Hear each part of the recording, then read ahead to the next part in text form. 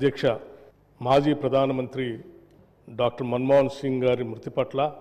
ఈ సభ ప్రవేశపెట్టినటువంటి తీర్మానాన్ని, అట్లాగే వారికి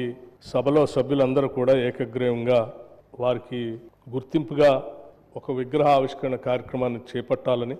భారతరత్న ఇవ్వాలని సభానాయకులు ముఖ్యమంత్రి గారు చెప్పినటువంటి అంశాన్ని సంపూర్ణంగా మద్దతు ఇస్తూ వారి మృతి పట్ల తీవ్రమైనటువంటి విచారాన్ని వ్యక్తపరుస్తూ ఉన్నాను అధ్యక్ష. అట్లాగే శోకార్తులైన వారి కుటుంబ సభ్యులు కూడా నా ప్రగాఢమైనటువంటి సానుభూతిని తెలియజేస్తా ఉన్నాను అధ్యక్ష. అధ్యక్ష, కొంతమంది ఈ భూమి మీదకి ఎలా వస్తారో అలా మాయం అవుతారు. మరికొందరు తాము నడిచిన నేలంతా మానవతా పరిమళాలు వెదజల్లుతారు. ఇంకొందరు తమ అసాధారణ ప్రతిభతో తాము పుట్టిన దేశానికి వన్నె తెస్తారు. అటువంటి అరుదైన అసామాన్యమైన మహామనిషి డాక్టర్ మన్మోహన్ సింగ్ గారు. వారు ఈ దేశంలో చేపట్టినటువంటి అనేక పదవుల్లో ప్రతి పదవికి వన్నె తెస్తూ ఆ తీసుకున్న ప్రతి బాధ్యత నుంచి కూడా ఈ దేశాభివృద్ధి కోసం కఠినమైన నిర్ణయాలు తీసుకున్న సంగతి కూడా మనం అందరం ఈ సందర్భంగా గమనంలో తీసుకోవాల్సినటువంటి అవసరం ఉంది అధ్యక్ష. వారు సరళీకృత ఆర్థిక విధానాలతో ఈ దేశ సంక్షోభ కాలానికి ఆర్థిక సమతుల్యాన్ని పరిపుష్టి చేసి ఈ దేశం ఒక బలమైన ఆర్థిక శక్తిగా ప్రపంచ దేశాల్లో నిలబెట్టారు అని చెప్పడంలో ఎటువంటి అతిశయోక్తి లేదు అధ్యక్ష. గ్లోబలైజేషన్ కానీ, లిబరలైజేషన్ కానీ, లేకపోతే ఈ దేశానికి సంబంధించి గ్లోబల్ ట్రేడ్కి ఈ దేశ ద్వారాలు తెరిచి ప్రపంచంలో భారతదేశాన్ని గొప్పగా నిలబెట్టినటువంటి ఒక గొప్ప ఆనాటి ఆర్థిక శాఖ మంత్రులుగా, దేశ ప్రధానిగా వారు తీసుకున్న నిర్ణయాలన్నీ కూడా ఉపయోగపడుతున్నాయని చెప్పడంలో ఎటువంటి సందేహం లేదు అధ్యక్ష. కేవలం ఈ దేశ ఆర్థిక విధానాలకు మాత్రమే సంబంధం కాకుండా ఈ దేశంలో ఉన్నటువంటి అనేక అసమానతల్ని, ఈ దేశంలో ఉన్నటువంటి సామాజిక పరిస్థితులను కూడా పూర్తిగా అవగాహన చేసుకొని వాటన్నిటికి కూడా అపారమైన సేవ చేసి చట్టాల ద్వారా ఈ దేశంలో ప్రజల్ని ధైర్యంగా నిలబెట్టినటువంటి వ్యక్తి కూడా డాక్టర్ మన్మోహన్ సింగ్ గారు అధ్యక్ష. దేశ సామాజిక రంగానికి వారు చేసినటువంటి సేవల్లో ఆనాడు యూపీఏ చైర్పర్సన్గా శ్రీమతి సోనియా గాంధీ గారి ఆధ్వర్యంలో దేశ ప్రధానిగా మన్మోహన్ సింగ్ గారు తీసుకున్నటువంటి కార్యక్రమాలు అనేక కుటుంబాలని దారిద్ర్యం నుండి బయటపడేయటమే కాకుండా పేద ప్రజల అభ్యున్నతి కోసం, సామాజిక రంగంలో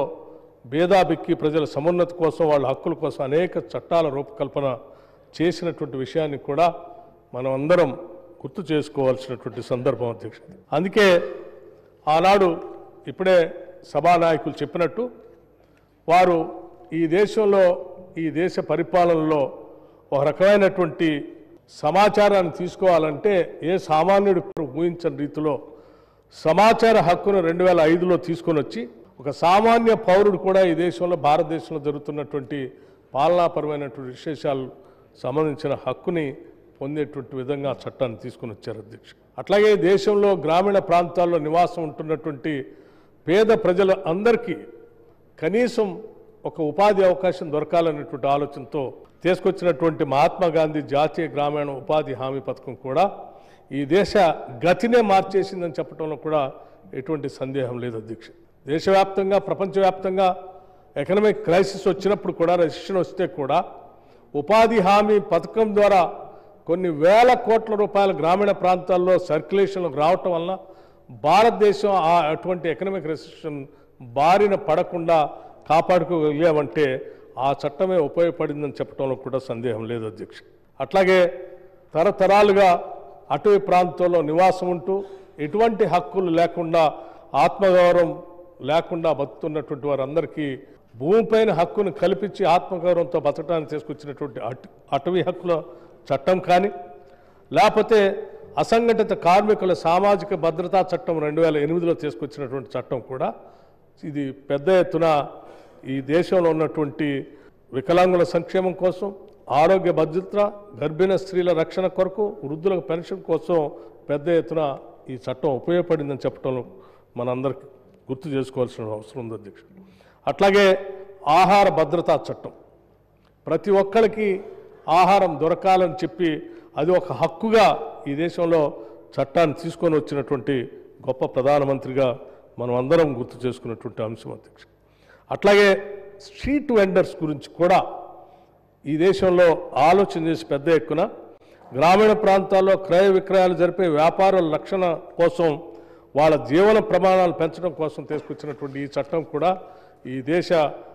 ఆర్థిక విధానాన్ని గతిని కూడా కింది స్థాయిలో పేదరికంలో ఉన్నటువంటి ప్రజలకి ఉపయోగపడిందని చెప్పటం మనం అందరం ఈరోజు దేశంలో గమనిస్తూ ఉన్నాం. అట్లాగే 2013 భూసేకరణ చట్టం అధ్యక్ష, ఈ భూసేకరణ చట్టానికి సంబంధించి మనం ఎక్కడ భూమిపైన ఉన్నటువంటి ఒక ఇమోషనల్ బాండేజ్ని సంబంధించి బాధపడుతున్నటువంటి తరుణంలో దేశ ఆర్థిక అభివృద్ధి జరగాలి, రావాల్సిన పరిశ్రమలు రావాలి, ఇరిగేషన్ ప్రాజెక్టులు రావాలి, అట్లాగే భూమిపైన అనాదిగా హక్కులు పొందినటువంటి వాళ్ళు కూడా నష్టపోకుండా ఉండటం కోసం కావాల్సిన రీతిలో పెద్ద ఎత్తున అనేక మార్పులు తీసుకొచ్చి వాళ్ళు కూడా బాధపడకుండా ఉండే విధంగా తీసుకొచ్చిన ఈ చట్టం నిజంగా ఒక రివల్యూషనరీ చట్టం అని చెప్పి ఈ దేశంలో ఆనాడు ప్రగతిశీల భావాలు కలిగినటువంటి వాళ్ళందరూ కూడా దీన్ని శ్లాఘించినటువంటి విషయం కూడా మనందరికీ తెలిసింది. అట్లాగే అధ్యక్ష, ఈ దేశంలో అమానమైనటువంటి మాన్యువల్ స్కావెంజింగ్ చట్టం, ఇది తరతరాలుగా వస్తున్నటువంటి ఈ స్కావెంజింగ్ విధానాన్ని పూర్తిగా రద్దు చేస్తూ దీనికి సంబంధించి 2013లో తీసుకొచ్చినటువంటి చట్టం, ఆ చట్టంలో వాళ్ళందరికీ పునరావాసం కల్పించేటువంటి విధానం ఆనాటి ప్రధాని మన్మోహన్ సింగ్ గారికి ఈ దేశంలో అత్యంత వెనుకబడి అమానమైనటువంటి స్కామింగ్ విధానంలో ఉన్నటువంటి ప్రజల యొక్క మనోగతాన్ని కూడా అర్థం చేసుకుని వాళ్ళ జీవితాల్లో కూడా మార్పు రావాలని తీసుకొచ్చినటువంటి ఈ చట్టం నిజంగా ఈ దేశ గౌరవాన్నే ప్రపంచ దేశాల్లో పెద్ద ఎత్తున పెంచింది అధ్యక్ష. అట్లాగే ఇటువంటి అనేక రకాలైనటువంటి చట్టాలతో పాటు ఈ దేశంలో ఉన్నటువంటి ప్రజల యొక్క ఆలోచనలకు అనుగుణంగా ఒక ప్రధానమంత్రిగా ఒక సామాన్యుడిగా ఈ దేశంలో వారు అందించినటువంటి పాలన ఈ దేశంలో పాలన చేసే అందరికి కూడా ఇది ఒక రకమైనటువంటి ఇన్స్పిరేషన్. అట్లాగే వారి మార్గం అందరికీ అనుసరించదగినటువంటి విషయంగా ఈరోజు రాజకీయాల్లో ఉన్నటువంటి వాళ్ళందరూ కూడా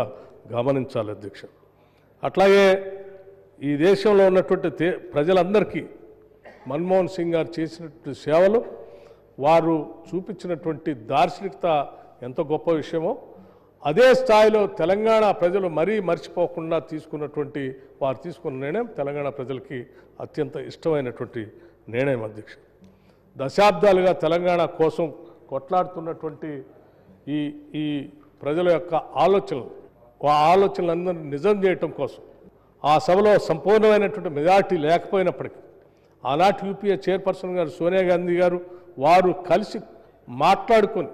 మిగతా విపక్షాలందరినీ కూడా ఒప్పించి ఆ చట్టాన్ని రెండు సభల్లో కూడా పాస్ చేపించి తెలంగాణ ప్రజల కళని నిజం చేసినటువంటి ఒక గొప్ప ప్రధాని మన్మోహన్ సింగ్ గారు అధ్యక్ష. వారు చేసినటువంటి సేవను యావత్ తెలంగాణ ప్రజలందరూ కూడా తెలంగాణ రాష్ట్రం ఉన్నంతకాలం గుర్తు చేసుకుంటుందని చెప్పి ఈ సందర్భంగా మీ అందరికీ మనవి చేస్తూ ఉన్నాను అధ్యక్ష. అట్లాగే దేశంలో రైతుల పక్షాన పెద్ద ఎత్తున ఆలోచన చేసి ఈ దేశంలో రైతులు పెట్టుబడి కోసం వారు తీసుకున్నటువంటి రుణాలు భారమై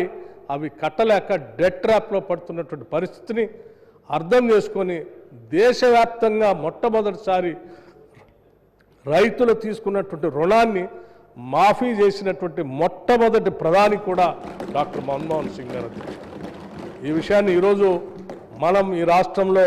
2 లక్షల రూపాయల రుణమాఫీ చేసుకున్నటువంటి సందర్భంలో నేరుగా 21,000 కోట్ల రూపాయలు తెలంగాణ రాష్ట్రం రైతుల అకౌంట్లో వేసామనంటే దానికి మార్గదర్శి కూడా ఆనాటి మన్మోహన్ సింగ్ గారే అని చెప్పి ఈ సందర్భంగా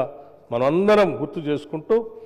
మరొకసారి వారి ఆత్మకి శాంతి కలగాలని వారి కుటుంబ సభ్యులందరికీ కూడా నా ప్రగాఢమైనటువంటి సానుభూతి తెలియజేస్తూ సభానాయకులు ప్రవేశపెట్టినటువంటి ఈ తీర్మానానికి ముఖ్యంగా భారతరత్న ఇవ్వాలని చెప్పినటువంటి అంశాన్ని ఏకగ్రీవంగా సభలో ఉన్నటువంటి సభ్యులు అందరూ కూడా దానికి ఆమోదం తెలపాలని, అట్లాగే ఒక ప్రముఖమైనటువంటి ప్రాంతంలో వారి విగ్రహాన్ని పెట్టాలని చెప్పి గౌరవ ముఖ్యమంత్రి గారు చెప్పినటువంటి అంశాన్ని కూడా అందరం సానుకూలంగా స్పందించి దానికి ఆమోదం తెలపాలని చెప్పి మీ అందరినీ కోరుతూ మరొకసారి వారి ఆత్మకి శాంతి కలగాలని, అటువంటి నాయకులు భారతదేశంలో పుట్టినందుకు మనం అందరం గర్విస్తూ ఈ దేశానికి వారు ప్రధానమంత్రిగా చేసి ఈ దేశాన్ని ఆర్థికంగా సామాజికంగా ప్రపంచ దేశాల్లో నిలబెట్టే విధంగా వారు చేసినటువంటి విధానాలన్నీ కూడా మనకు ఆదర్శంగా తీసుకొని ముందుకు పోదామని తెలియజేస్తూ నేను ముగిస్తా ఉన్నాను అధ్యక్ష.